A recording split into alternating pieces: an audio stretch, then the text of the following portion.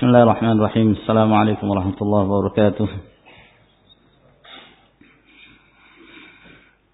إن الحمد لله نحمده ونستعينه ونستغفره ونعوذ بالله من شرور أنفسنا ومن سيئات أعمالنا. من يهده الله فلا مضل له ومن يضلل فلا هادي له. وأشهد أن لا إله إلا الله وحده لا شريك له. وأشهد أن محمدا عبده ورسوله صلى الله عليه وعلى آله وأصحابه ومن تبعهم بإحسان إلى يوم الدين. أما بعد، فإن أصدق الحديث كلام الله تبارك وتعالى، وخير الهدي هدي محمد صلى الله عليه وعلى آله وسلم، وشر الأمور محدثاتها، فإن كل محدثة بدعة، وكل بدعة ضلالة، وكل ضلالة في النار. معاشر المسلمين رحمكم الله. Alhamdulillah, malam hari ini merupakan malam pertama kita memasuki bulan Ramadan, bulan yang penuh dengan kemuliaan, bulan yang merupakan kesempatan bagi kaum muslimin untuk meraih kemuliaan dan meraih maghfirah dari Allah Subhanahu wa taala. Nabi sallallahu alaihi wasallam menjelaskan tentang kemuliaan bulan Ramadan. Di antara yang disampaikan oleh Rasulullah sallallahu alaihi wasallam kepada umatnya adalah hadis yang diriwayatkan oleh Bukhari dan Muslim, bahwa Nabi sallallahu alaihi wasallam bersabda, "Man shoma Ramadhana imanan wa ihtisaban, ghufira lahu ma taqaddama min dhanbihi." Barang siapa yang berpuasa di bulan Ramadan dengan penuh keimanan dan mengharapkan ridha Allah Subhanahu wa taala, maka diampuni dosa-dosanya yang terdahulu. Dan Nabi sallallahu alaihi wasallam juga mengatakan, "Man qama Ramadhana imanan wa ihtisaban, ghufira lahu ma taqaddama min dhanbihi." Barang siapa yang menegakkan ibadah di bulan Ramadan dengan penuh keimanan dan mengharapkan ridha Allah, diampuni dosa-dosa yang terdahulu. Dan beliau juga bersabda, "Man qama Ramadhana imanan, man qama lailatal qadri imanan wa ihtisaban, ghufira lahu ma taqaddama min dhanbihi." Barang siapa yang menegakkan ibadah pada malam Lailatul Qadar dengan penuh keimanan dan mengharapkan ridha Allah, maka diampuni segala dosa-dosanya yang terdahulu. Oleh karena itu, ma'asyiral muslimin rahimakumullah, hendaknya kita menyingsingkan lengan kita dan semakin menambah semangat kita untuk mendekatkan diri kepada Allah Subhanahu wa taala di malam hari dengan ibadah, qiyamul lail, qiraatul Quran dan yang lainnya, dan di siang hari dengan berpuasa, menahan diri dari makan, minum, syahwat dan segala perkara yang dilarang oleh Allah Subhanahu wa taala dan Rasulnya. Ma'asyiral muslimin rahimakumullah, malam ini sebenarnya bukan awal pembukaan pelajaran kita, sebab pelajaran kita insyaallah taala dari kitab yang akan kita bahas akan kita mulai pada keesokan harinya.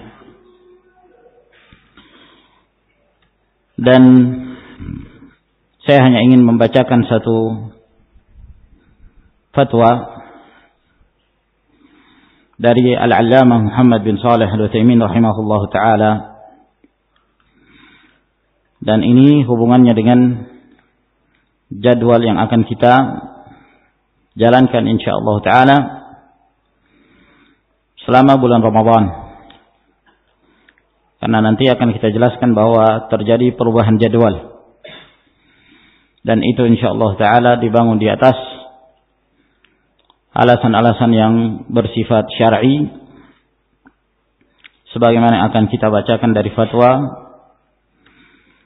salah seorang dari ulama salaf Al-Allamah Muhammad bin Shalih Al-Utsaimin rahimahullah taala. Fatwa ini disebutkan dalam Liqa' Al-Bab Al-Maftuh ketika seorang bertanya kepada beliau Al-Allamah Ibn Utsaimin rahimahullah, dan fatwa ini juga sebenarnya sudah lama sekali dan kita pun telah mengetahuinya, dan mungkin sebagian kaum muslimin pun ada yang belum mengetahui. Falyuballigh syahid al-ghaib, yang tidak hadir menyampaikan kepada yang hadir, dan juga sebagai peringatan bagi kaum muslimin, semoga kita dibimbing oleh Allah Subhanahu wa taala di atas tuntunan Rasulullah sallallahu alaihi wasallam dan di atas bimbingan para ulama salaf.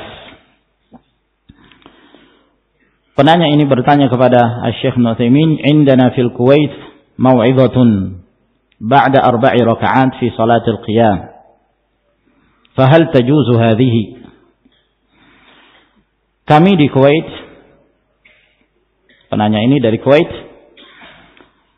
kami biasa melakukan atau menyampaikan nasihat setelah 4 rakaat pada salat al-qiyam atau salatul tarawih. Apakah yang seperti ini diperbolehkan? Wa idza jaza kaifa takunu hadhihi al-mau'izah? Apabila yang demikian boleh, bagaimana cara penyampaian nasihat ini? Maka Syekh Ibnu Utsaimin rahimahullah taala beliau menjawab, alladzi ara alla tuf'al. Menurut pandangan saya, hendaknya nasihat ini jangan dilakukan.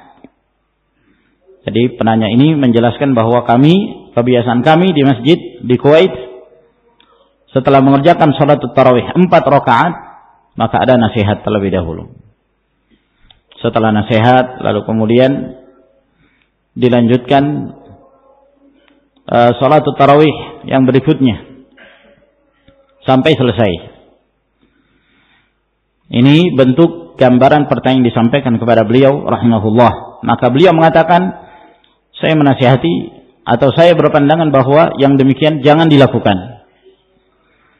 Awalan, yang pertama, annaha laysat min hadis salaf, karena ini bukan tuntunan dari salaf, dari para ulama as-salaf. Yang kedua, thaniyan, anna ba'dhan nas qad yuhibbu an ya'tiya bit-tahajjud wa yansarif ila baitihi. Yang kedua, bahwa sebahagian kaum muslimin ada yang senang di antara mereka datang ke masjid hanya untuk mengerjakan tahajud, hanya untuk menegakkan salat tarawih, kemudian selesai dan dia kembali ke rumahnya. Wa fi hadza i'aqatun wa imlanun lahum. Sehingga apabila diselingi dengan mau'izah, nasihat, khawatir jangan sampai ini mengganggu mereka, ya, dan membuat mereka bosan. Padahal tujuan mereka datang ke masjid hanya untuk menegakkan salat tarawih, mendapatkan keutamaan tarawih, kemudian pulang. Tujuannya bukan untuk mendengarkan nasihat. Wa ikrahun ala hadhil mau'izah, dan seakan-akan ini pemaksaan untuk mendengarkan nasihat. Karena orang biasanya ingin mengerjakan salat 11 rakaat, di 4 rakaat berhenti lalu kemudian mau'izah, nasihat. Karena seorang ingin mengerjakan hingga selesai, akhirnya dia terpaksa menunggu. Sebenarnya dia tidak menginginkan, mungkin ada kebutuhan yang lain, ada keperluan yang lainnya. Wal mau'izatu idza lam takun mutaqabbalah fadaruha aktsar min naf'iha. Sementara nasihat itu apabila tidak diterima dalam keadaan seorang tidak siap untuk menerimanya, kata beliau, madaratnya lebih besar dari manfaatnya. Walihada kana an-nabiy sallallahu alaihi wa alihi wasallam yatakhawwalu ashabahu bil mau'izah. Oleh karena itu Nabi sallallahu alaihi wasallam dalam hal memberi nasihat, beliau tidak sering menjarang-jarangkan nasihat itu. Wala yuthqilu alaihim wa yukarrir, dan beliau tidak memberatkan kaum muslimin, memberatkan para sahabat, dan tidak mengulang-ulangi secara rutin. Fa ara anna tarkaha aula, maka saya berpandangan meninggalkan nasihat di sela-sela salatul tarawih ini lebih utama.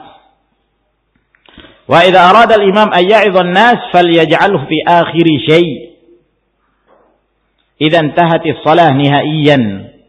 Apabila imam ingin menyampaikan nasihat kepada kaum muslimin, maka hendaknya dia menjadikan itu di akhir sesuatu, yakni selesai salat.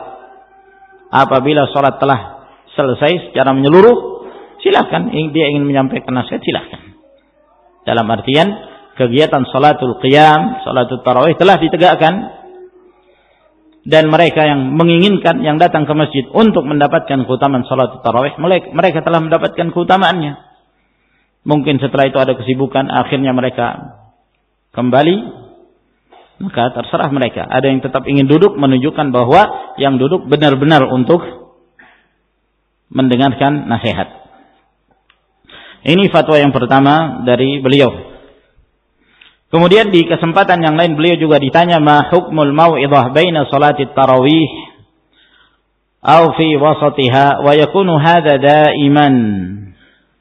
Apa hukumnya nasihat yang dilakukan antara salatul tarawih atau di pertengahan salatul tarawih, dan ini bersifat seterusnya, bersifat rutin setiap malam Ramadan.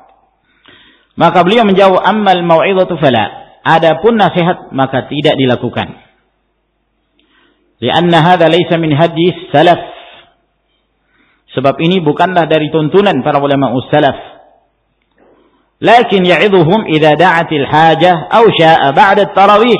Namun jika dia ingin memberikan nasihat pada kaum muslimin, maka dia menasihati kaum muslimin apabila dibutuhkan atau dia ingin menyampaikan, dan itu setelah salatul tarawih.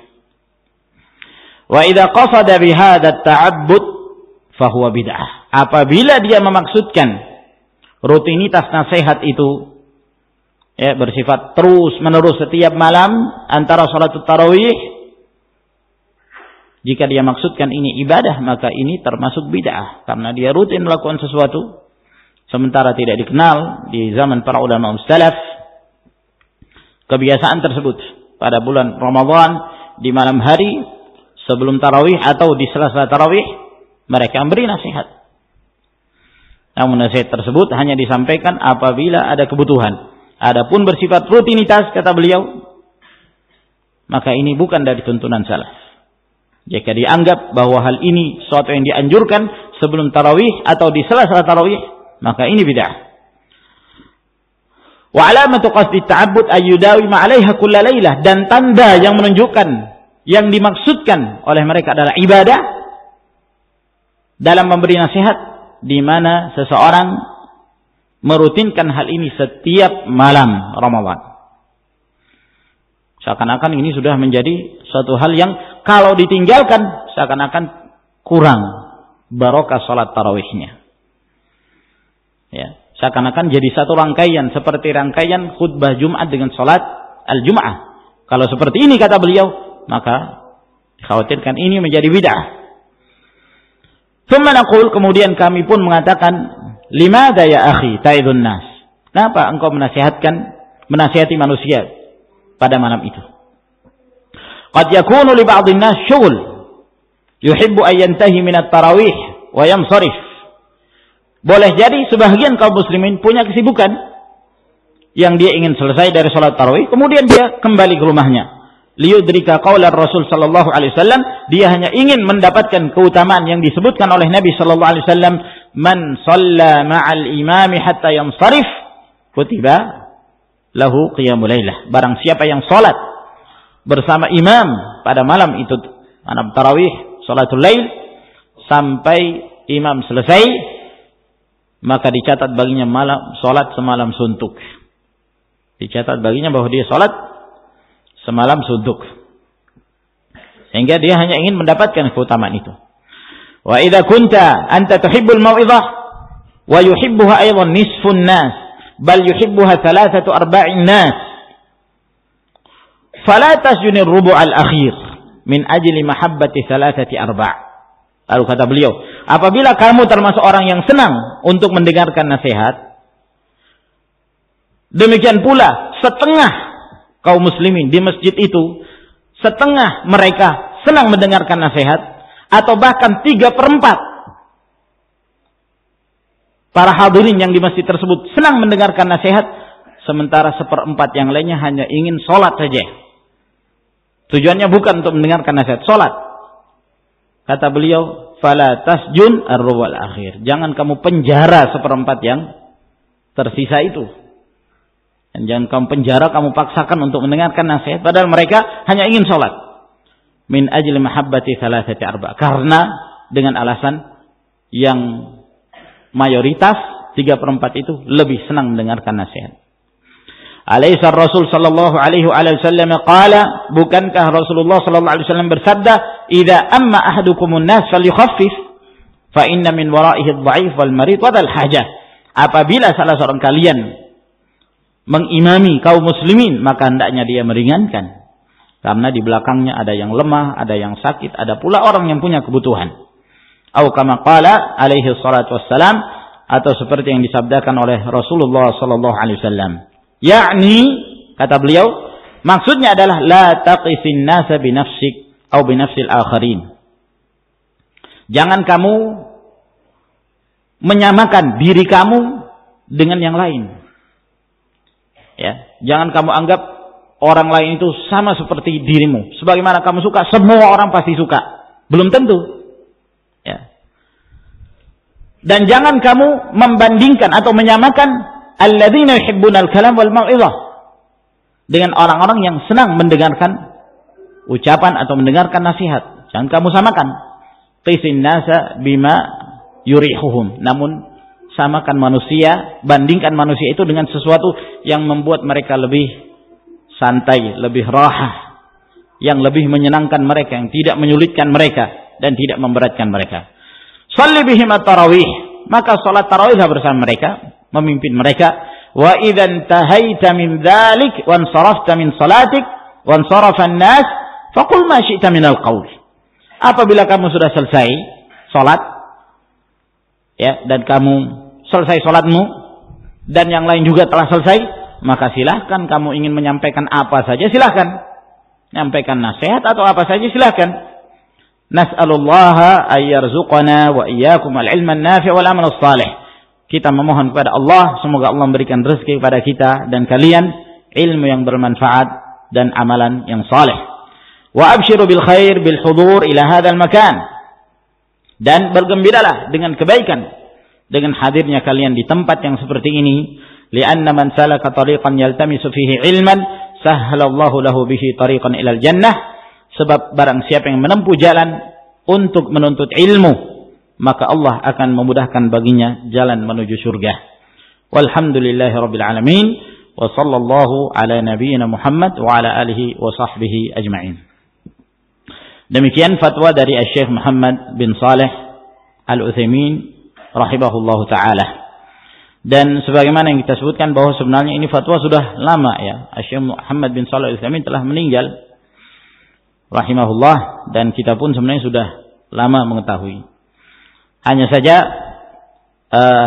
mengapa pada tahun-tahun yang kemarin kita tetap merutinkan pelajaran setelah Isya, antara sholatul Isya dan sebelum tarawih. Nah, sebab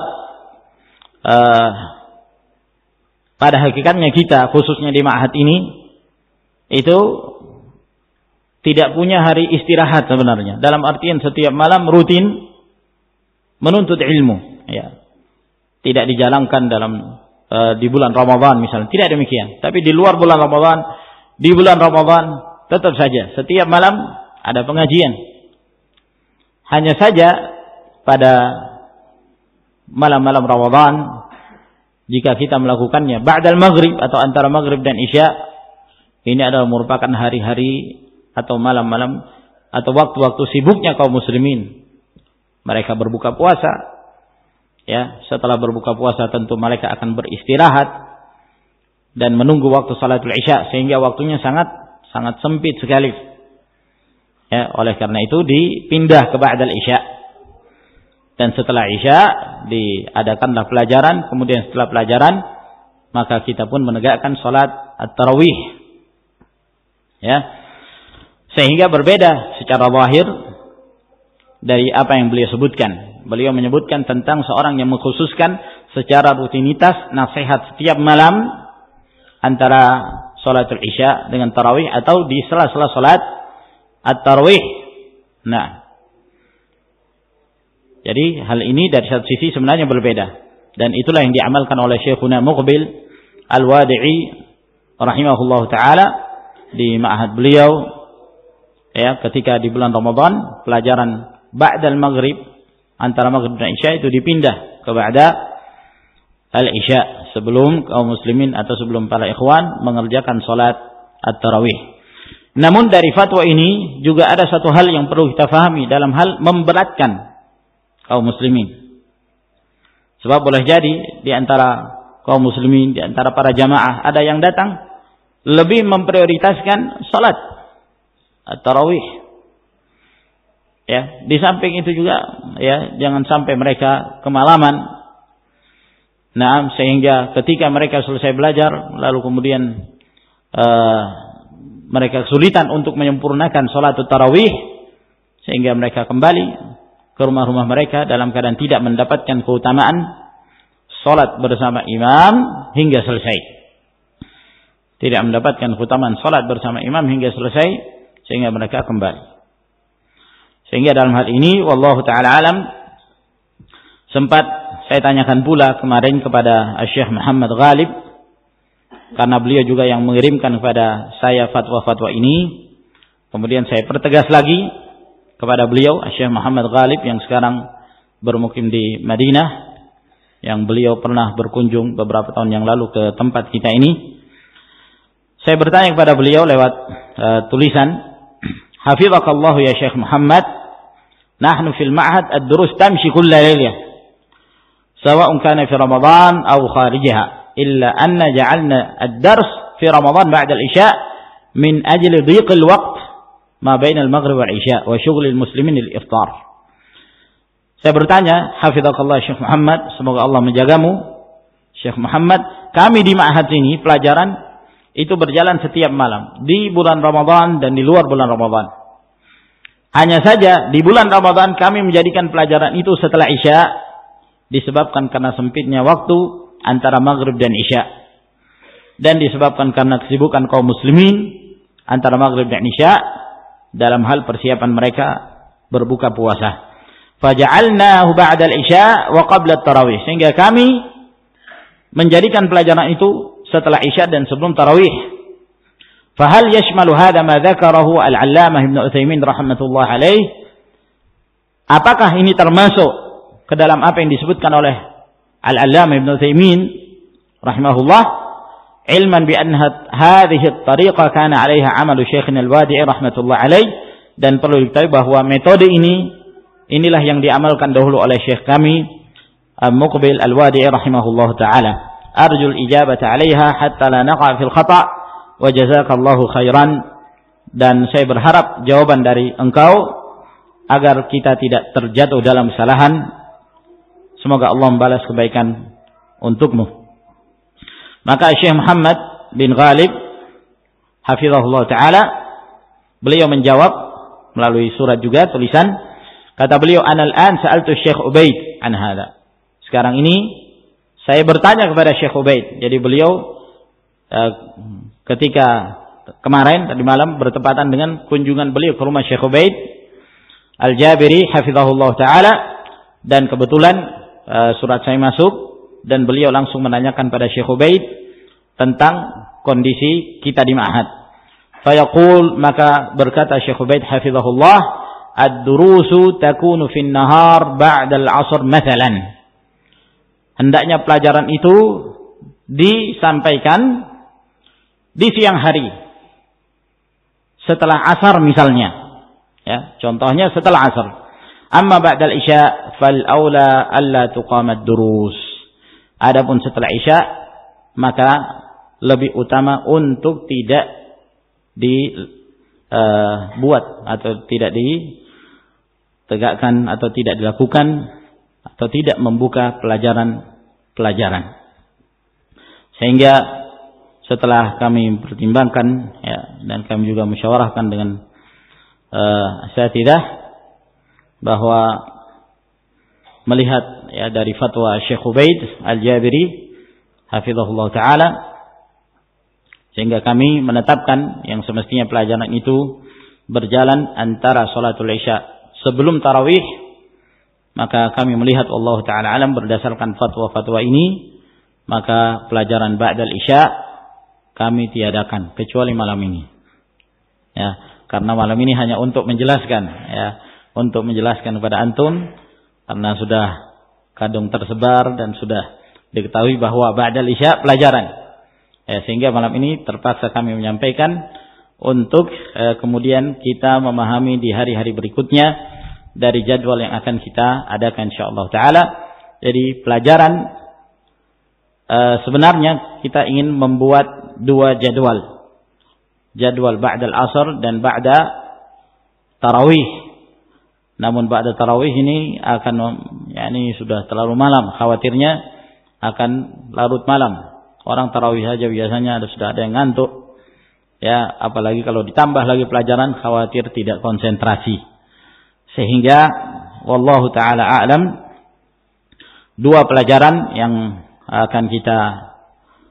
telah kita sebutkan dan telah kita umumkan sebelumnya, adabul isyrah, demikian pula pelajaran hisnul muslim, kita pindahkan ke ba'da al-asr.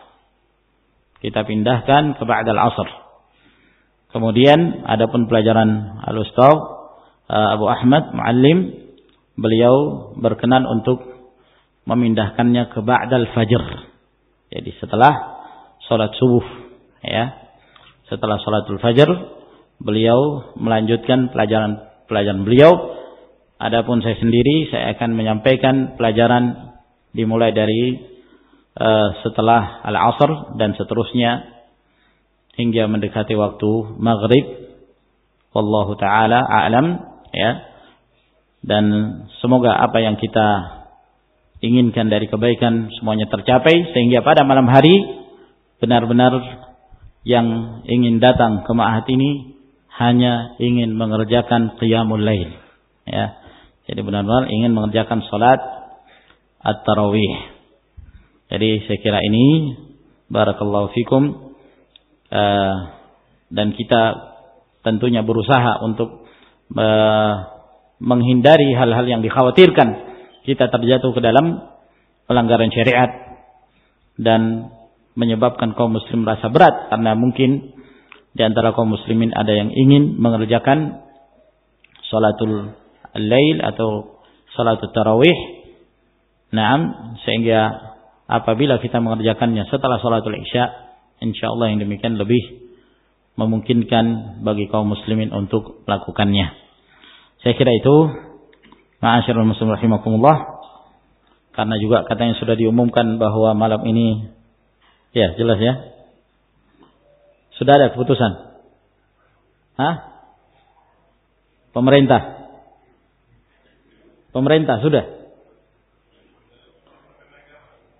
sudah ya.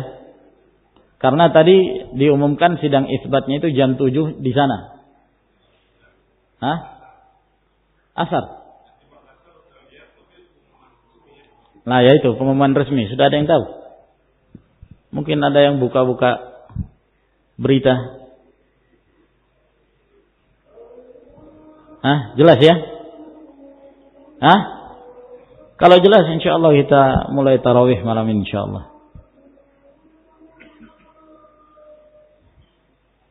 Mana ini?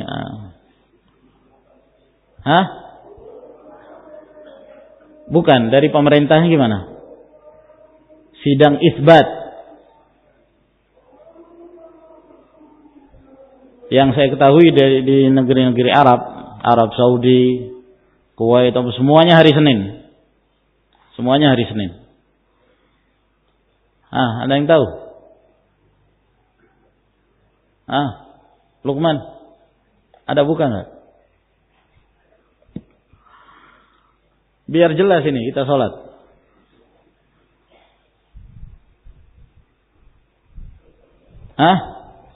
Besok ya? Sudah jelas? Nah, alhamdulillah. Berarti kita sholat tarawih sekarang insyaallah. Fa akhiru da'wana alhamdulillahirabbil alamin.